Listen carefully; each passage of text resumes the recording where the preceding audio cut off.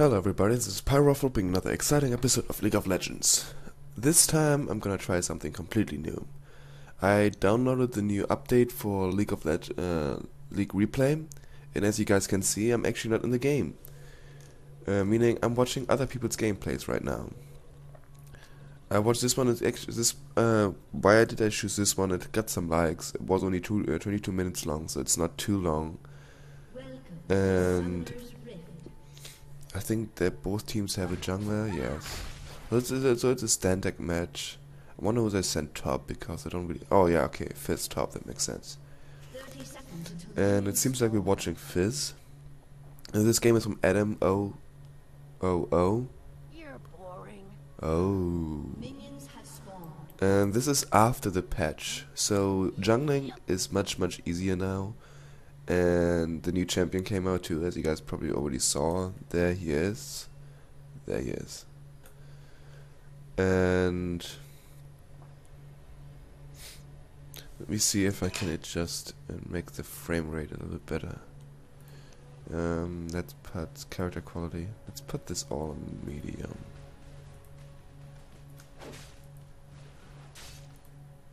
Oh, now it's gonna lag for a second. I apologize for that, but I'm trying to get the video quality up. Here we go. And 15 is much better. And so basically I'm gonna commentary over this game now. See if they made any chances. No, they didn't. You still can just see the champion who recorded this match. Then I'm gonna judge Adam now. That's probably what's gonna happen. Okay, let's see. A first blood on their side. I mean, that's always a good sign. In 3 minutes, I wish I could see what happened there, but that's unfortunately that's not able. I mean, I could go back now and review it, but not seeing the health bars, I don't know what exactly went there, what's going on there. And it's difficult to judge how the lane is going without seeing each other's health bars, to be honest. Maybe one day when spectator mode comes out in normal games, I'm able to do so. That would be just fantastic. Okay, let's see. I mean, till now, nothing really special. I mean, they both are farming. I mean, that's what top lane is basically about. You're trying to get more. It's not so much about killing each other. I mean, killing each other is. And if you kill the enemy, that's good, but the one thing you should focus on is farming.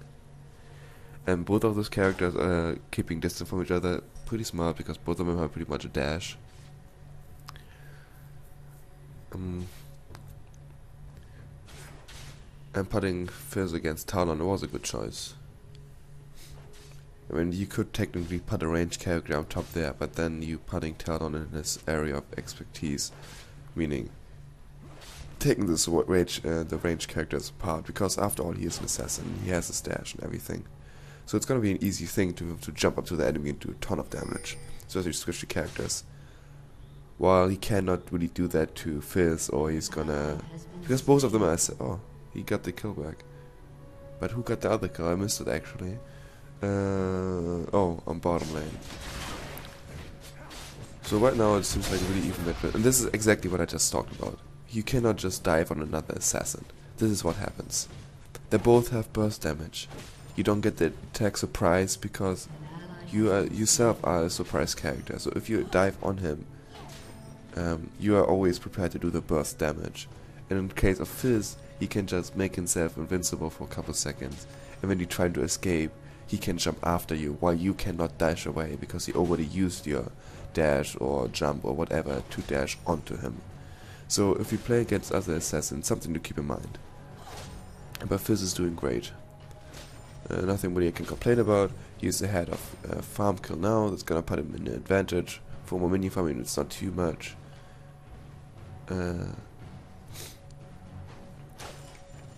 Yes. From the looks of it, he's gonna play Fizz, I would say, as a hybrid. Because you can see he already has 71 attacks in just the Doran's ring, and he still gets ability power. Okay, I see where this is going. So I wonder if he goes for Rageblade then. Not Rageblade, what's the face? The other thing. Razor. Let's see if I can find it without... Guys, wait a second, don't fight too much. There it is. It's Rageblade. But I don't know. I personally never played Fizz. A good friend of mine is playing Fizz, has a lot of fun with him. I always stayed away from him. Fizz probably could just dive him there again. So kinda chase him there to do a ton of damage. And after the last battle, Fizz knows that he can keep up with the damage output of Talon. Therefore, he doesn't really have to stay back. But now that there are more minions on his line, he should be a little bit more careful. He gets a lot of minion attack. That's another thing also what changed in the last patch. If you guys didn't know, minions supposed to have do less damage now. But it's just a little bit. The reason why I did that, I don't know if you guys saw the patch preview. If not, I can just advise to check it out. It's really helpful, and they're making a better description what actually just happened to the minions. But as far as I understood is, they're doing less damage, so you're more likely to dive whenever you want. You not have to wait till all the minions are gone. But that doesn't mean though that you cannot just dive when the enemy has a lot of much more minions. And that was a typical assassin battle. First we had the burst of Fizz, and then continuously damage, and then Talon jumped in and does his burst, and this continuously damage. But after the burst, both of the character actually went back and stopped attacking. Now on Talon's part, he's right, he's still there. Never mind, and he flashed out of there. That was smart. That actually, I thought he went back too. I didn't saw him walking in the jungle. He must have walked around in the bush, and then was waiting there. That was pretty good. I'm not gonna lie. Yeah, and good decision on Adam's part. He's gonna get side wards now, so he knows if he's there. Did the Warwick gank yet? No, he's 0-0-0. That's another issue. I mean, it's not. It's probably. I mean, it's wrong of my part now to trying to judge their Warwick, but I played a couple games yesterday and I realized that many characters now start jungling. And because jungling being so much easier and mobs respawn so much faster, you're not really required anymore to really gank. What's have a huge impact on people who just stay in the jungle till level 10 because they can, and then forgetting the main part of jungling is assisting your teammates' lanes. What you should never forget, that's basically why you're in the jungle. You're not in the jungle to just... I mean, one of your responsibility of the jungle is to get get the jungle buffs, like red and blue. That's one of the things you as a jungler should always focus on. And here's a gank from... Oh, Talon just activating kindness. Yeah, come on, you guys can get him. Nice. Good job. You guys saw the Adam... I call you Adam now. I call him Adam now. Gave up for a second when the Warwick still got his ultimate on him, and then Fish just came back and cleaned up the kill. Nice teamwork, I like that. And was a nice gank too. I give him that. That was good. So this jungler actually knows what he's doing, kinda. But yeah, back to my topic. So I played games, and then I realized that the jungler doesn't come out of the jungle because he doesn't have any more. But you have two responsibilities as a jungler. One is you have to help your lanes. You have to keep an eye on all the lanes and see where they need help. So right now you should help bottom what he does. And Corgi helps as well. But yeah, and the second responsibility is to keep getting the buffs. You don't want to let Dragon and Blue stand around. First off, that's again, there are two reasons for that. Actually, three. Let's make the most basic reason is because you want the buffs gives you a huge advantage, so you want those all the time.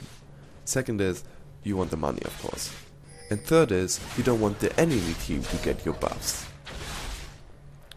because then they have the advantage and you don't. And that again was nice. He pulled back. Oh, wonderful, wonderful. That was great. That was a good battle. That was I couldn't decide who's gonna win that one. I wish I could see the fight of Talon's side, because I would like to see an with one eye on his cooldowns.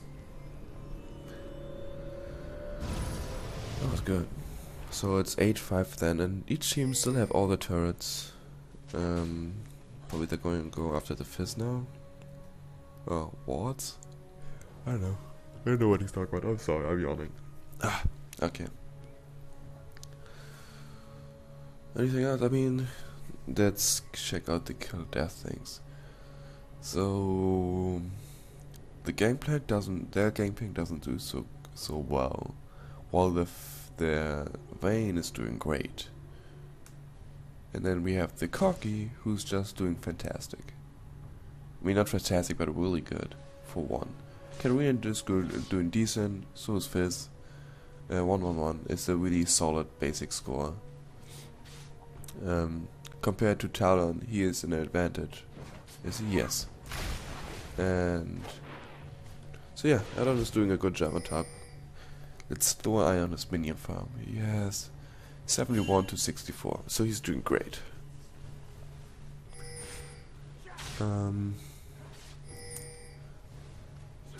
I would love to see this game out of other perspectives, though. I would love to see the eye on Corky's camera, because he has been doing really well too. I just realized that they actually have 2 carries. Also really interesting.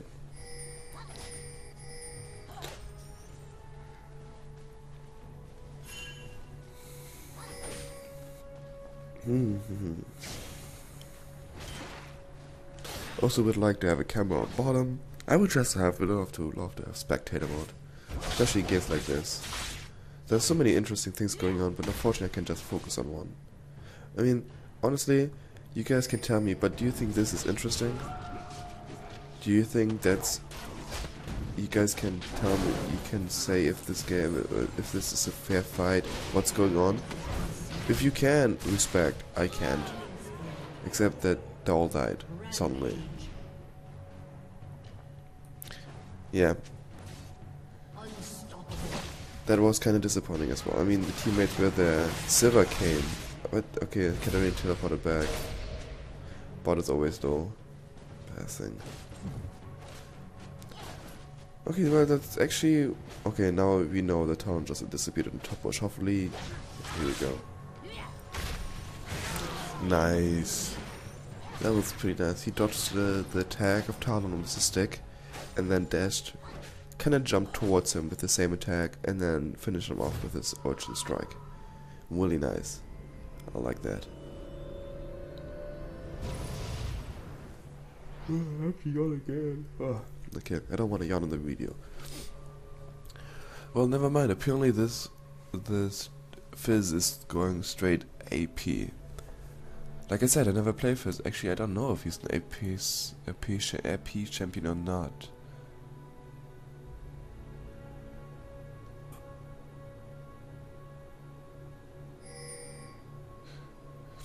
Okay, well, apparently he is an AP champion. Wow, I always figured him out for an AD champion for the longest time, but I guess I'm wrong. See, I can learn stuff too.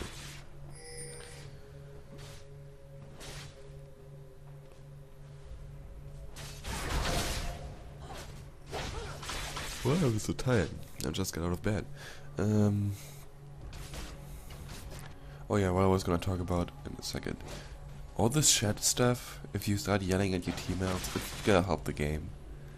That's something I want to address as well. It's always really important. It's the team chemistry. It maybe sounds kind of weird, but if you start yelling at somebody, it's more likely that he's start doing terrible because he just doesn't want to play anymore, and then your team is gonna lose even more. Instead, you should kind of encourage him. I mean, not encourage him to die, but give him advice.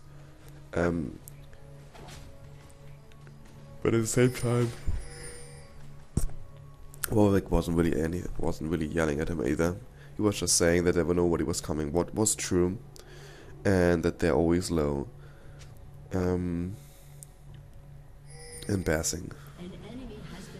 So they should take this as an advice to stop being so aggressive and get so much more damage, playing more defensively, and wait for ganks. that's the solution to that. Because I personally love to juggle as well. Oh, look at that. Perfect chug, and then just cut it off. Really nice. I like that. Nice shark placement there. I personally love to jungle as well.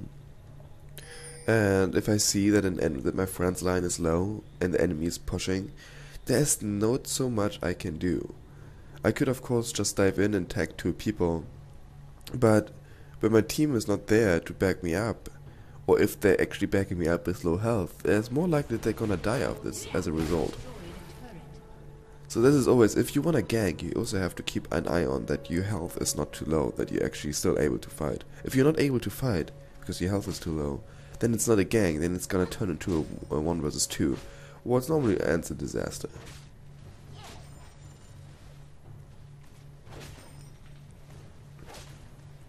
Whenever the talent disappeared. Another thing what I just realized is that the people don't really call Mias.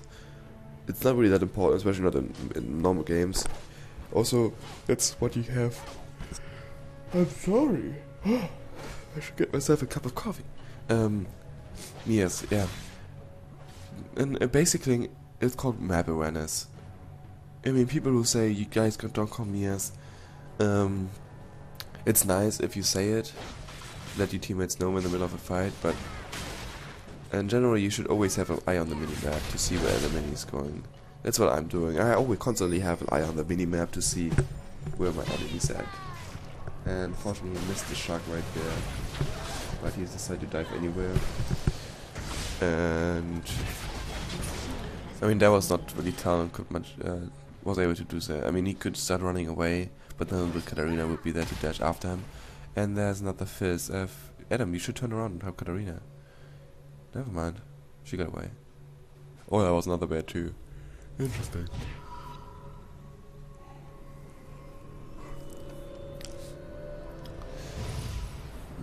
I always think that Fizz a little bit looks like Stitch.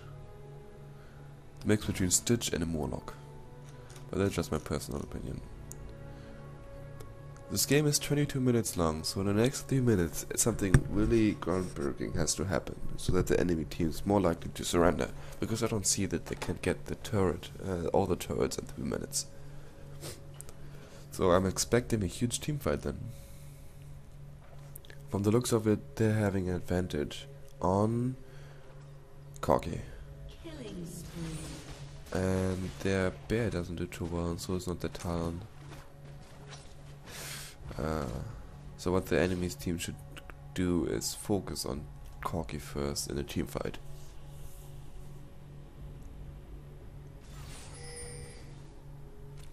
I mean, that's basically what you have to do. If you know that a carry has a huge advantage, kill the carry.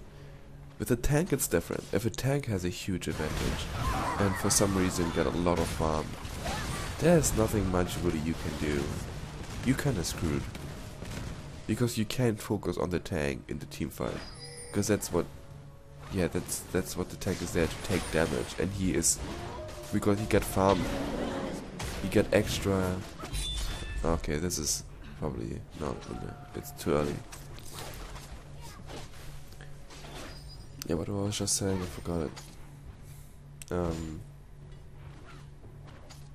Yeah, if a tank has a lot of farm, you cannot focus on him, because the more farm he gets, the more tanky he gets, the more damage he can take. So counter that by attacking doesn't help. The solution for a fat tank is easy. Kill his enemy, kill his teammates. And then the last thing you have to kill is the tank. In a team fight, never focus the tank.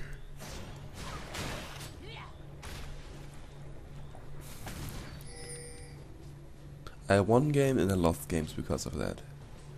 By lost games I mean my team starts focusing like the tank didn't die, then the enemy's team, maybe the tank died, but the enemy's team got a lot of damage on us and we died one after another.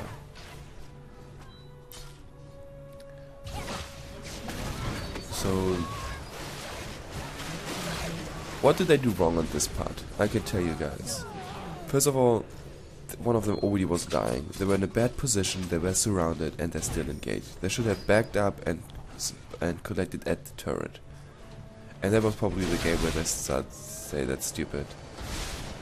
And yeah, Talon trying to go for the, I mean, he got the kill after all, but here's the GG. So yeah, that was this game from Adam. A nice game with Goliath. Enemy's mistake was bad engagements and too much greed and not enough teamwork. I didn't see as many gangs on their team. So yeah, that is my summary from this game. Hope you guys enjoyed it. Like and subscribe to my channel. Every subscriber gets a free gift basket, don't forget that. And I see you guys next time.